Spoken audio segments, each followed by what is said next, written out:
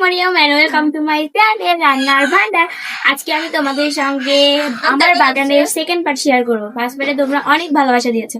First পার্টে 2.4K এরও বেশি ভিউ হয়েছে। চলো আজকের ভিডিওতে কত ভিউ হয় দেখা যাক। আজকে আমি তোমাদের সঙ্গে কিছু নতুন নতুন ফুল গাছ শেয়ার করবো। চলো শুরু করা যাক।